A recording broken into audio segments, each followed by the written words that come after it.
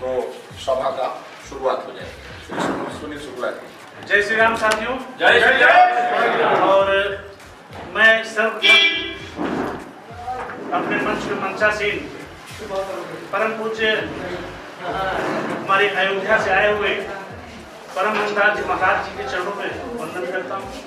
और उसके बाद हमारे महाराज जी जो कि हम सभी के बहुत ही निकट और हम सभी के लिए हमेशा ही सुलभता से उपलब्ध हमारे महाराज जी में उनके भी चरणों में वंदन करता हूँ।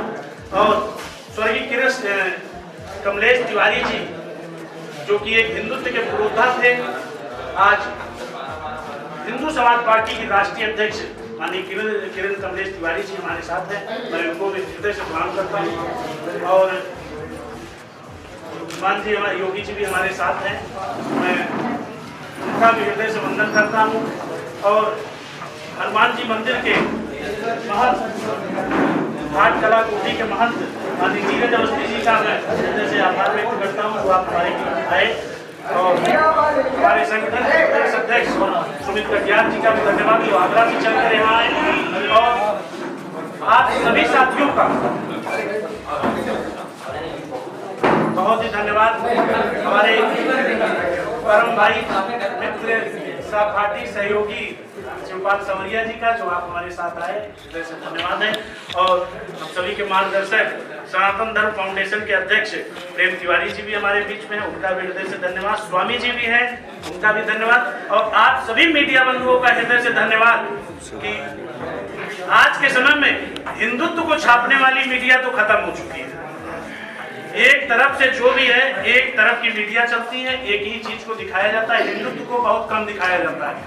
चूंकि हमारे बीच में हमारे परम हंसदास जी हैं जिन्होंने कितनी बार अनशन किया, राम मंदिर बनने के लिए अनशन किया, उसके बाद इस अपने देश को हिंदू राष्ट्र घोषित करने के लिए अनशन किया।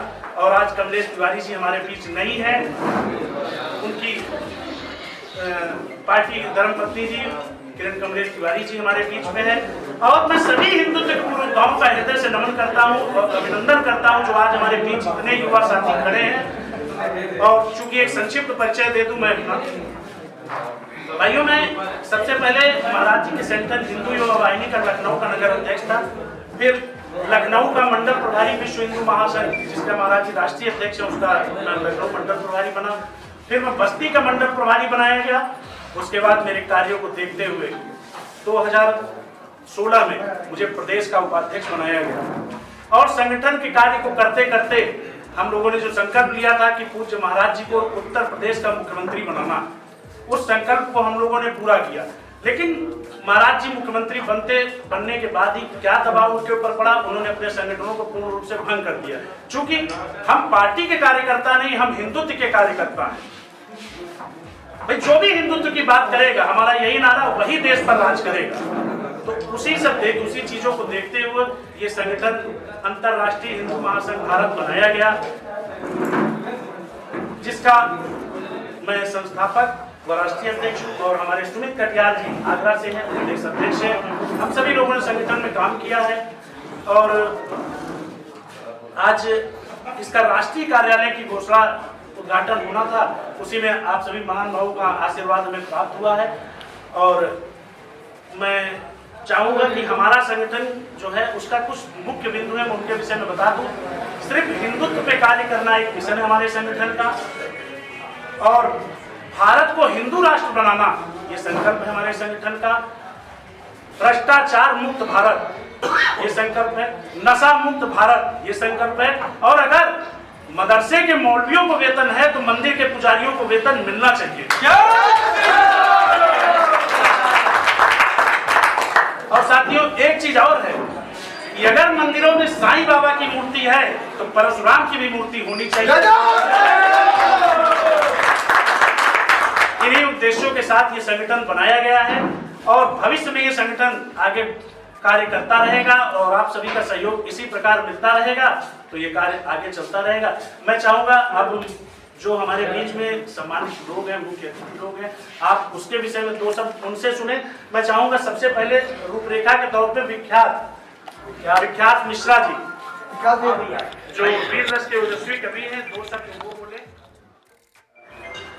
दायित्व मुझे सौंपा है तो मैं इसको एक सेवा समझ करके इसको स्वीकार करता हूँ।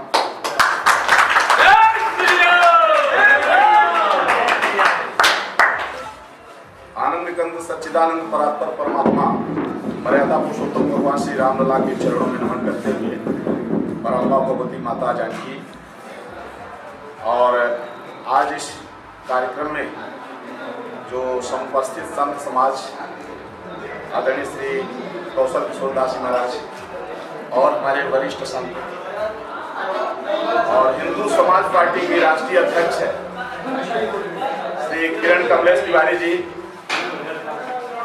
और अंतरराष्ट्रीय हिंदू महासंघ भारत के राष्ट्रीय अध्यक्ष श्री सुनील शुक्ला जी एवं प्रदेश अध्यक्ष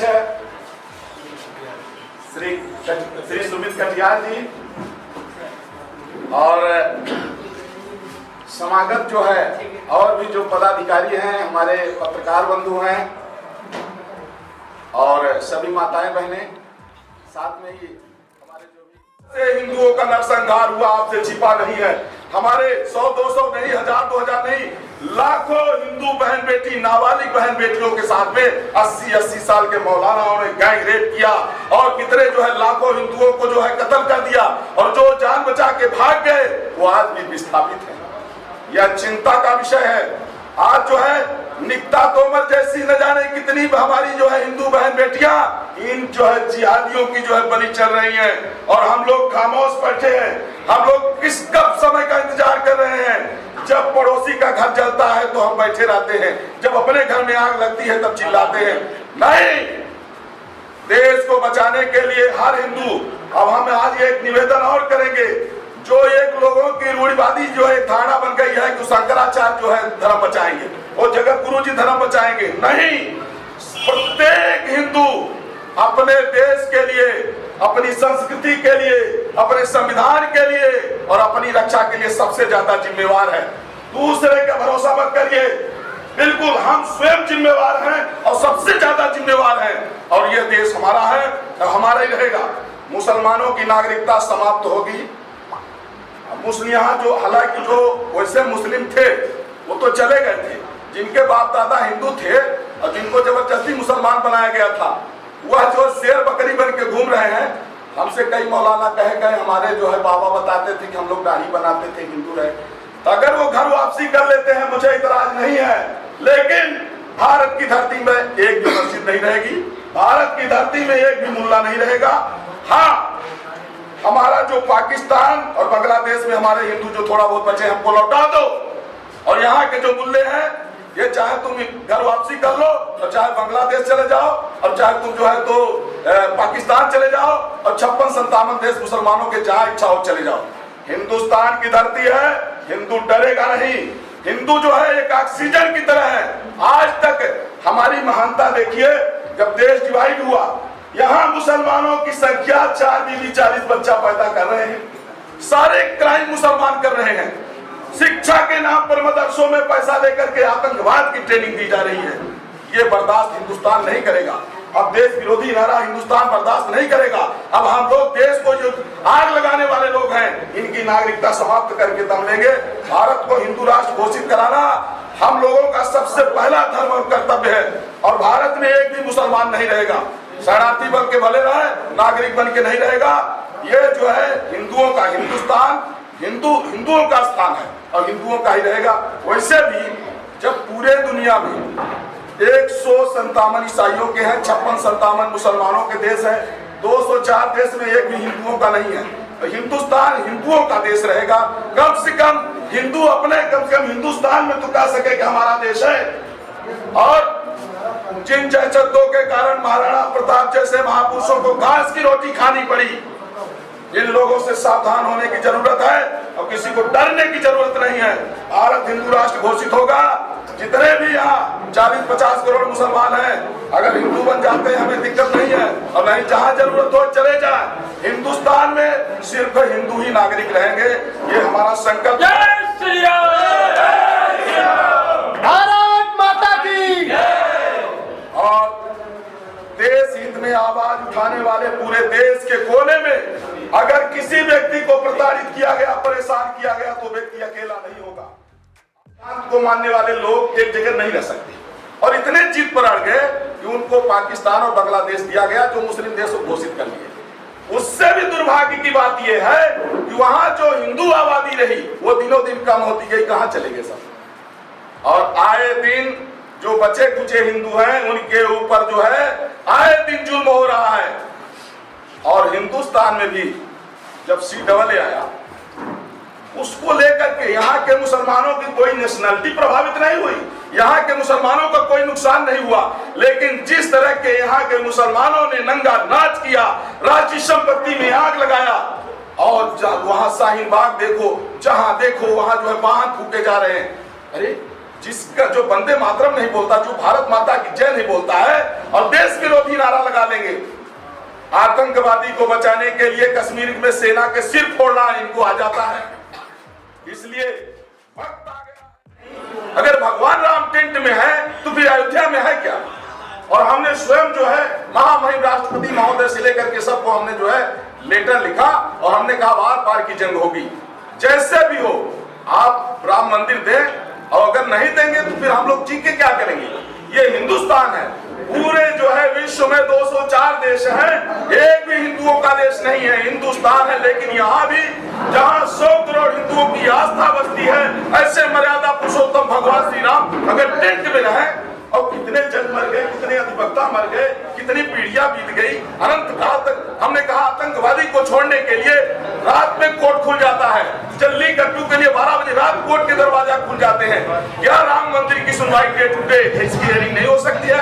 लेकिन 12 दिनों तक 2018 में 1 अक्टूबर से हमने अन्न का परित्याग करके शुरू किया था, और 12 अक्टूबर को यहाँ उत्तर प्रदेश के यशस्वी मुख्यमंत्री श्री योगी जी ने हमारा अनशन तोड़वाया था। और इसके बाद सभी जो राम भक्त हैं, आप सब लोगों का जो सपोर्ट रहा, देखिए लोकतंत्र में जनता ही जो है सर्वोपरि है। जनता जो चाहती है वही सरकार को करना होता है, और जनता अगर कुछ बोलेगी नहीं, खामोश रहेगी, जाहिल बोल करके सारा जहां लूट लिए, और हम मानवतावादी जो है सिमटते चले गए। इसके बाद मर्यादा पुरुषोत्तम भगवान श्री राम का जब मंदिर बनना शुरू हुआ, तो राम मंदिर तो सर्वोच्च न्यायालय के आदेश के बाद बनना शुरू हुआ, लेकिन तमाम जो जिहादी मानसिकता के लोग हैं, एंटी नेशनल सोच रखने वाले हैं, जिनको भारत की न्याय व्यवस्था पर विश्वास नहीं है, वो चैलेंज करने लगे, कहते हैं कि अगर वक्त जो हमारा आएगा तो मैं फिर से राम मंदिर तोड़ करके और बाबरी मस्जिद बनाऊंगा।